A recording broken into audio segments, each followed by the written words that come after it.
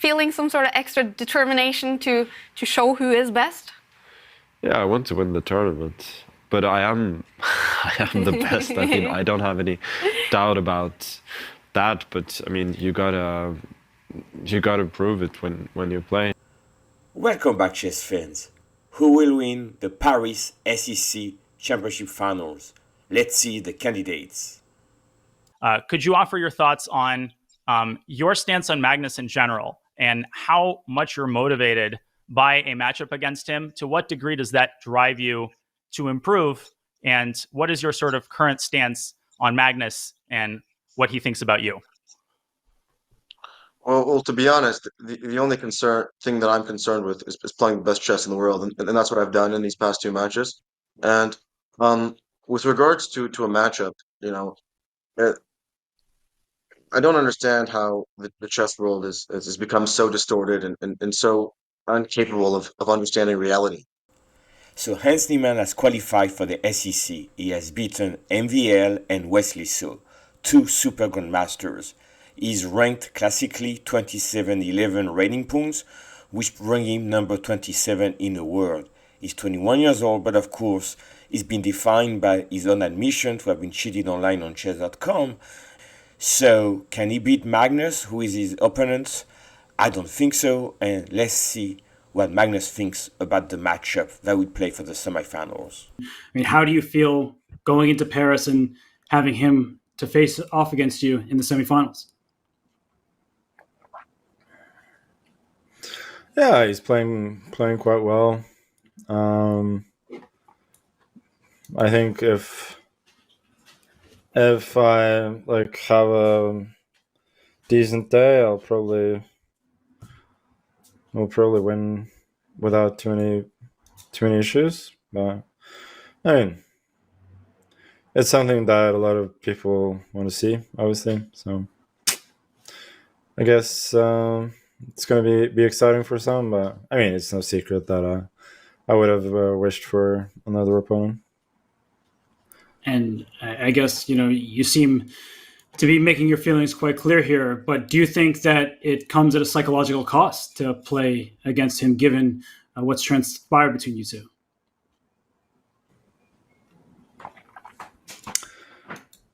Yeah, I mean, we're here, so try and make the best of it. But it is what it is.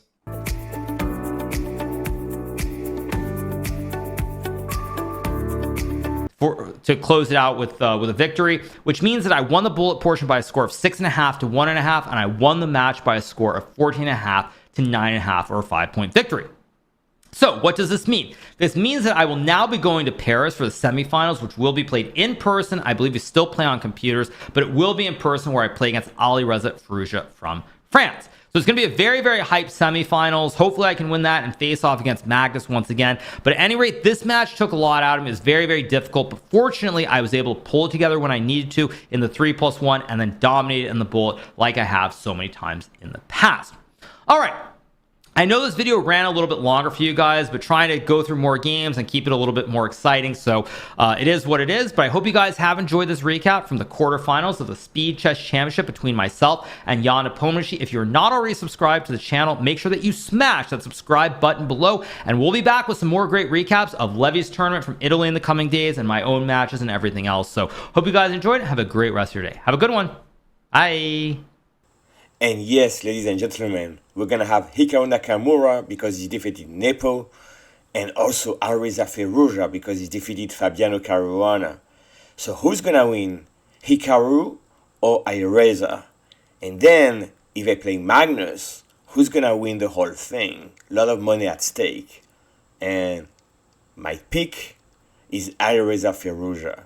Let me explain why. Very excited to showcase two games, one bullet game, one blitz game, won by Alireza Firouzja against Hikaru Nakamura in recent times. But before I go with the chess, what do I think that Alireza has a shot in Paris? Number one, he's gonna play in the home field, he lives near Paris, and can be supported by the French fans. Number two, he has beaten both Hikaru and Magnus in online competitions on chess.com this year. Number 3 is still developing and getting better and better in chess, only 21 and focused on chess. While Hikaru, while a beast in Speed Chess Championship, is focusing on content creations, and Magnus Carlsen has many activities outside the chessboard. So Firouzja is young and can really focus on chess. That's where I think he can, if on form, win the entire thing. And here, let me back it up with a recent game they played. That was a bullet game, 1 minute for each player, played 2 months ago. And Hikaru plays his pet system. By the way, I have a video on my channel, and here he plays h5, and he loves to lock the positions and keep the center blocked. Now, position goes on, and he likes to have this knight secured by the pawn on h5. Queen b6 play, a3, cheeky move, because if queen b2, knight a4 wins the queen. Of course, Hikaru doesn't fall for that and play a5. I'm gonna go fairly quickly. I will note that Alireza has no problem to match Hikaru's speed. They play roughly at the same speed this bullet game. Now, the game goes on, and here the queen retreats, and we have a critical moment on move 20, knight e4. So now the knight here can jump, the queen is passive. Typically, Hikaru likes to play h4 to prevent g4 to secure this knight further. Here, it doesn't work because you could take like that, and at the end, spaghetti-o, you have a fork winning the queen. So h4 is not possible. Now, if you play king f8 to keep the rook lined up like that, g4 comes in, and I think after that, you still have a very good position for white. So in this position, Hikaru castle fairly quickly. The game goes on, and g4, that's an excellent move. Now is the time to strike and move this knight away from f5. Knight h6, knight d6 attack the queen, and here Firouzja is already winning on move 23 in one of Hikaru's favorite openings. And g-take h5 is really crushing, because if black were to take, it didn't happen in the game, then you have like knight g5 followed by queen h5, and you're crashing through the king side.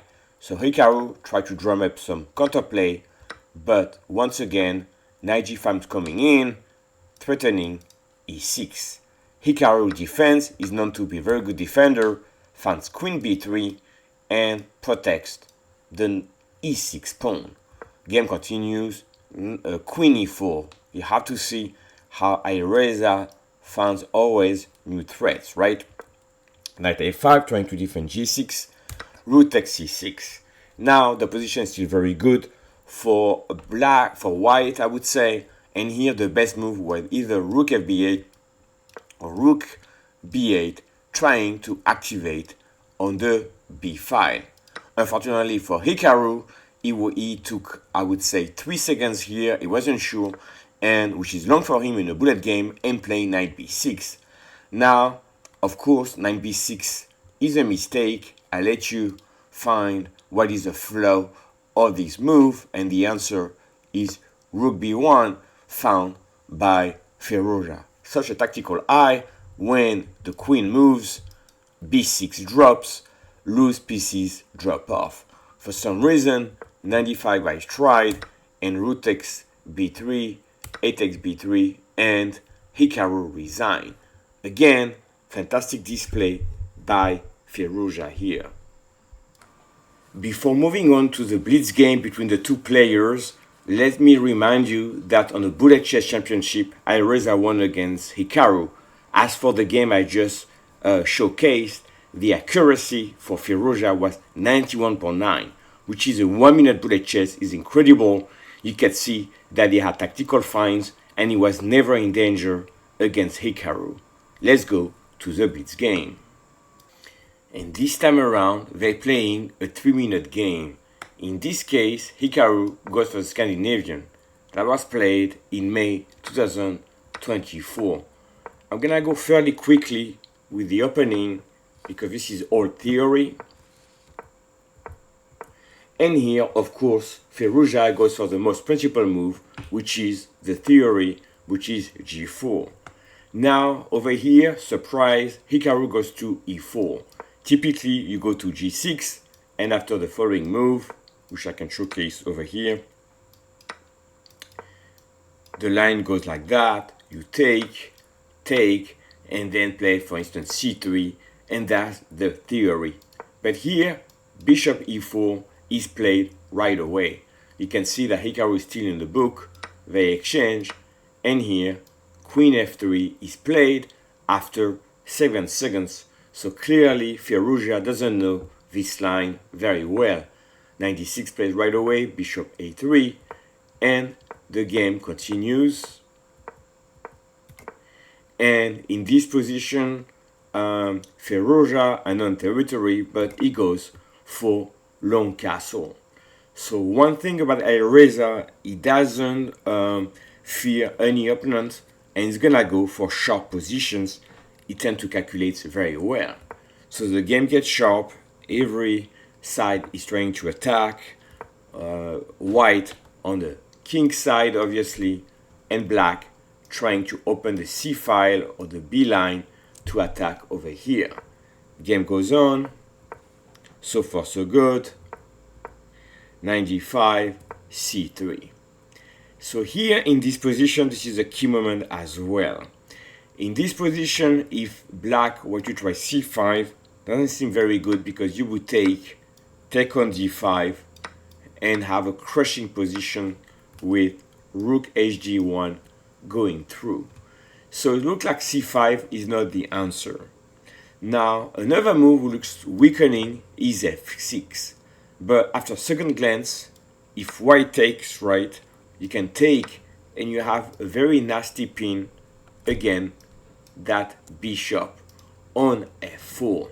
So f6 seems to be quite the move, but counterintuitive.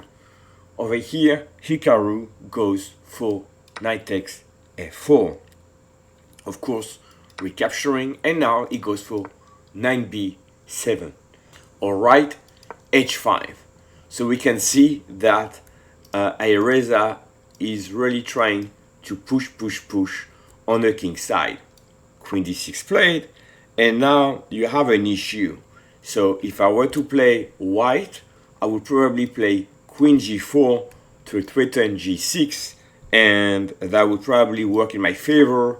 I can do g6, maybe there can be check over here, but after taking, I can take over there, and that would be the kind of position I would look into. But over here, to my surprise, and they are roughly around the same level in time, 1 minute and 30 seconds each about, g6 played. So that's counterintuitive because f takes g6 is played, and now the rook attacks the queen. And queen g4 is what Firouzja saw. But here I was thinking maybe g takes h5 is what white can play. And on bishop takes e6, simply play king h8 because the queen here is attacked, right? But over here, there is a crushing move, which is check and checkmate. So clearly that doesn't work, and probably I would say that in this position, Firouzja saw that g takes h5 loses by force. So instead, rook f6 is played. Now, white takes, h6 played, and here the best move, knight f7. What a move, attacking the queen, but also being ready to sack if need be. Now the game goes on, and e6 is a target, obviously.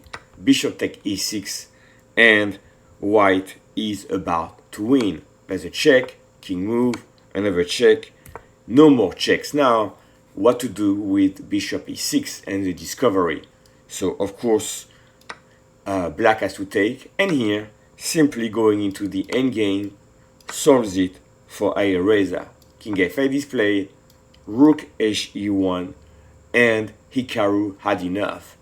Now, why didn't he just like move, let's say, bishop f6? Because knight d6 attack the rook. If the rook moves, we're finishing with a stylish checkmate. So once again, rook h1, that's all she wrote.